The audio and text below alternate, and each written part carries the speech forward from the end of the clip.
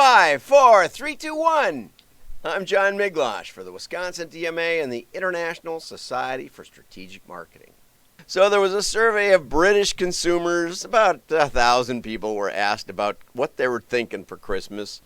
And consumers are crying out for some Christmas happiness, feel warm and nostalgia.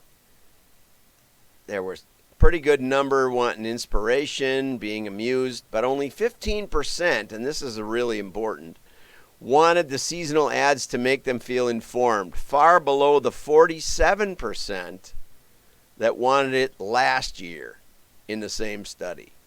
Plummeted that they want to feel informed. They just want to get what they want. You know, and I have a friend in the UK who's been shopping online because a little bit disabled. And they said, it's been spotty to even get a delivery over there. So information is not key right now. The other thing is that, and they hope, a third said, don't talk about the pandemic, for heaven's sakes. Okay, more free time says they're going to shop earlier, which is probably good. It's been a perpetual trend of compressing and compressing and compressing, people waiting till the very last minute, waiting for the best possible sale, and I've been waiting for Land's End to have their 40% off, which they haven't, so I haven't gotten any new stuff this year, which is catastrophic. But I got my shopping cart filled. They don't seem to care. They don't send me anything that says, hey, your shopping cart, what about this? We're running out of all this stuff. Such a lost opportunity for you people. 56% are holding out for Black Friday and Cyber Monday. What am I saying? Absolutely, it goes right along with the Brits. 50% intend to undertake all or most of their Christmas shopping online, with 91%, here, you want some good news for Christmas? 91% likely to increase or maintain their Christmas spend. Got that? Okay, thanks for the hearts. So the importance of family here, I wanted to underline this in spades, is hammered home by the pandemic. So, I ran across California's Gavin Newsom's guidelines for the holidays. And he said, if you have 3 grown children with families, you can't invite them all because the limit is 6 people. And you have to keep your masks on indoors, except when you're actually shoving food in your mouth. And but they do have a 30-person waiver for a funeral. So I saw someone wrote that they are announcing the morning of their pet turkey. And they hope that you'll attend the memorial service on the 25th of or whenever, on the 25th of November. Light lunch to follow. Anyway, so family is super important, and This was a good article I wanted to get to yesterday, especially like this thing, because the bunk, bunk, bunk, bunk. But it looks like Christmas ornaments too, so I like that. It says it isn't nice to be nudged. That's, I get them when I say something really stupid and my wife doesn't want the punchline, the follow-up punchline to be included. So, I recognize the elbow in the ribs. Luckily, she doesn't have advanced MMA training or anything, or I'd be dead. But the nudge does cut through the viscerally, it's not just words, it's bonk. She used to kick me under the table. We used to go and do presentations, and she'd give me a kick, and then I'd say, what are you kicking me for? In front of people. Oh, mercy. But anyway, there's actually behavioral nudge theory, which I didn't know, or choice architecture. okay? And there's a 2008 book called Nudge, claimed that the theory could help people make better choices in the area of life, like, hey, Phoenix, like, nudge them toward making good choices was the idea. But, I'm not sure. The author says, I tried at first to take nudge theory seriously. Like at the restaurant where the wine list is like, you can find the wine list, but you can't find the menus, right? And they put the absolute, there's a cheap wine, and then there's a better wine next to it that's more expensive. The truth is that their cost per bottle is about the same, but they want you not to feel cheap, but to pick the higher margin wine. And the author says, why don't they just say, even the cheapest wine is well made, right? Thanks for the super heart.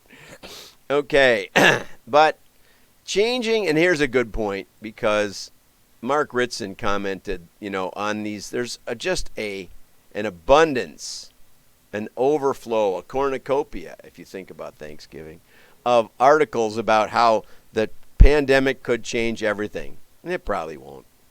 And when the calls drop off at the call center, that's a nudge to invest in more call handlers and capability. That could actually be true. Or to, listen to some of the calls. Sometimes your compensation rewards call center people for getting rid of the caller. Zappos has that program where they see how long they can talk to you. And we did get people who just wanted to talk in the call center. That happened quite a bit. And I did work with Amerimark, and they said that was really common with their customers to call and, try to connect with somebody. And when you see a customer pick up feel of fabric on a garment, put it back down, you might want better quality. When basket size decreases, you might want to introduce more imagination beyond the basics, or check your prices. Or when customers get 9/10 through your online purchase system but give up at the end, that's a nudge. And oftentimes I'll even write companies and say, hey, you used to let me tell you what my size was and then let me look through all the sale items. Now you put the sale items in a separate place, and I can't tell whether I'm looking at extra large or small, none of which fit. And it's like you don't want me to look at it. Why even put it in if you don't want me to look at it? But when you put in your size and maybe save it online with your login, I'll buy more. Just that simple. That's a note, especially for Land's End. One of these days, I did work with Land's End way back in the beginning, and it was a great company when Gary owned it. I'm not sure how it is now.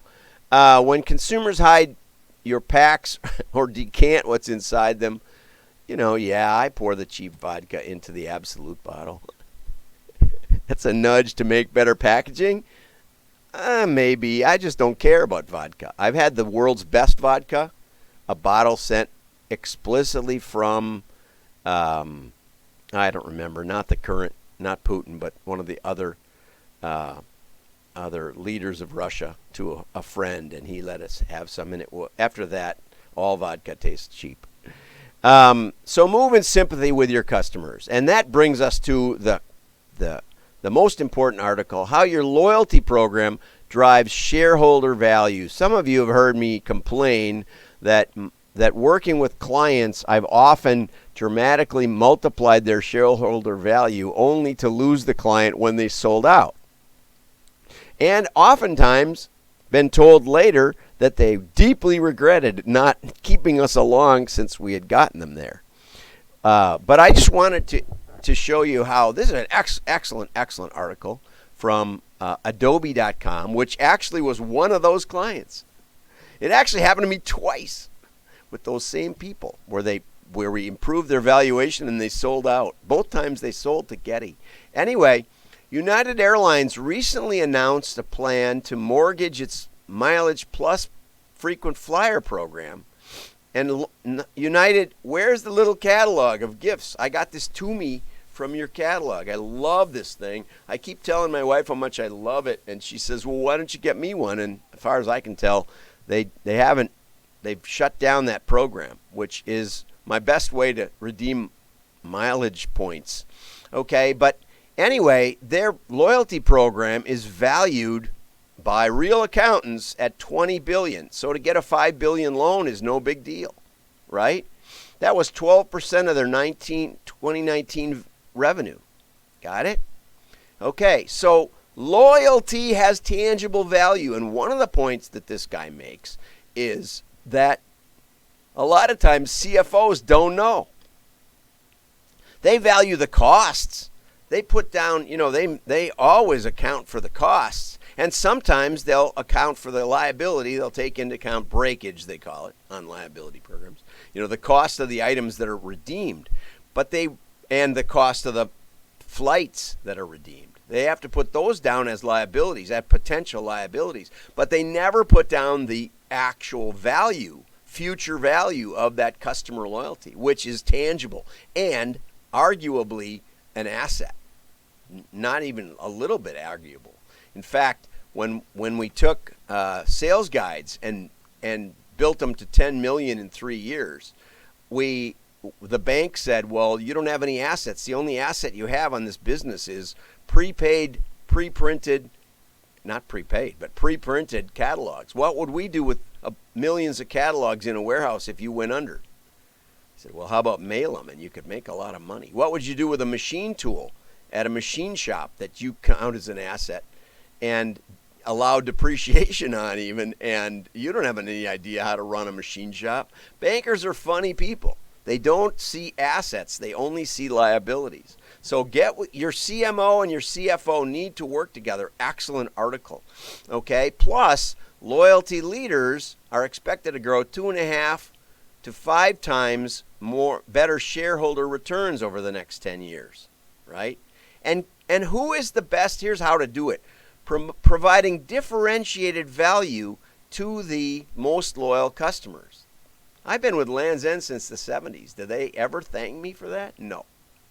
They're underusing that asset entirely. I've been talking a little bit with the CEO of Red Lobster. I love Red Lobster, and I was explaining to him that Orthodox Christians can eat lobster at Lent. We can't eat fish, but we can eat shellfish. We can have the shrimp special. We could go there once a week at least. And he said, I didn't know that. I said, that's why I improve valuation. And if you don't know what I do for a living, this is what I do, is I help people's valuation.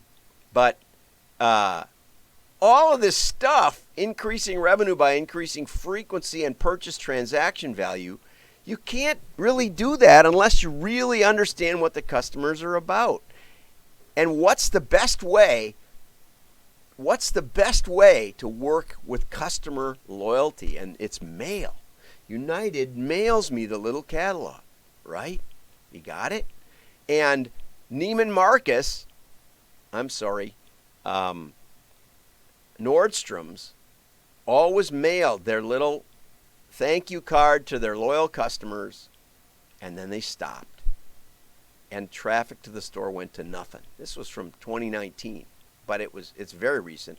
J. Jill, stop mailing the catalogs. Talbot's, stop mailing the catalogs. Okay, customers like mail. Get over that junk mail moniker. It's nothing compared to junk email. Junk email, I get hundreds a day. Mail, I cherish. My millennial kids, they like getting mail. Get over it. You want to increase customer loyalty? We can do the split test. We can see the impact of mail. You want to improve your valuation right now? Give me a call. Let's get into mail. Marketing and finance must connect. Okay? And the more you value, the better you value your customer loyalty, which, as I said, if you haven't ever done a lifetime value analysis, if you haven't done the downstream revenue, measurable revenue, We have models for that. We can build that. There's some great videos, very simple videos on YouTube in my playlist over there. You just look for Miglosh Marketing, go to YouTube, click the playlist on lifetime value, and there's 4 or 5. They're not long. But the CFOs often don't report. They report the financial liability, but it often stops there as they fail to account for customer value. What if you could instantly come up with a $20 billion asset that you hadn't counted on, like United? Okay, how to build it. Create a methodology to calculate it. I can help you with that. Create a customer cohort chart that shows you the value of prior years and how much they've spent since. We have actually a special software program that takes all your transactions and values it over time. It's wonderful. It's just, you need to do something like that. Okay, CMO and CFOs need stronger collaboration. You know, Deluxe Check, you know how they print like all the checks in the world for banks? They hired me for 2 days to come in and reconcile their marketing and accounting reporting. After 2 days, I realized that the marketing team wasn't counting shipping charges because or tax charges because they weren't marked up, and they got an incentive for the profitability of their campaigns. And so because there were costs and revenue offset, it lowered the percentage of margin in an order. One was 5%, the other was 5%. I looked at the accounting people. I said, revenue's revenue, right? They said, right, and we nailed it. And afterwards, the accounting people took me to lunch, and they said, you know, you could be an accountant if you wanted to. Oh, God, help us. So anyway, get with your CFO. Take them to lunch. There may be assets laying around that you don't even have a clue about, especially if you never took this stuff in college, right? You never heard about mail. Mail is the best way to identify customer differentiation. It's the best experimental laboratory. And we did a webinar. Just look up my past webinars. They're out on YouTube. They're on LinkedIn for customer valuation. Have a great day. Like and share. Your friends will know you're smart.